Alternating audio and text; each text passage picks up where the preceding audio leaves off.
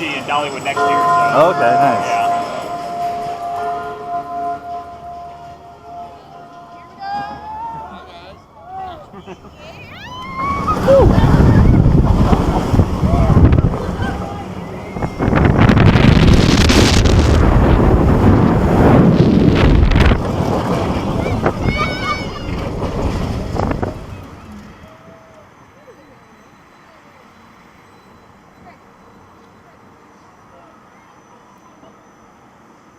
Ready for launch.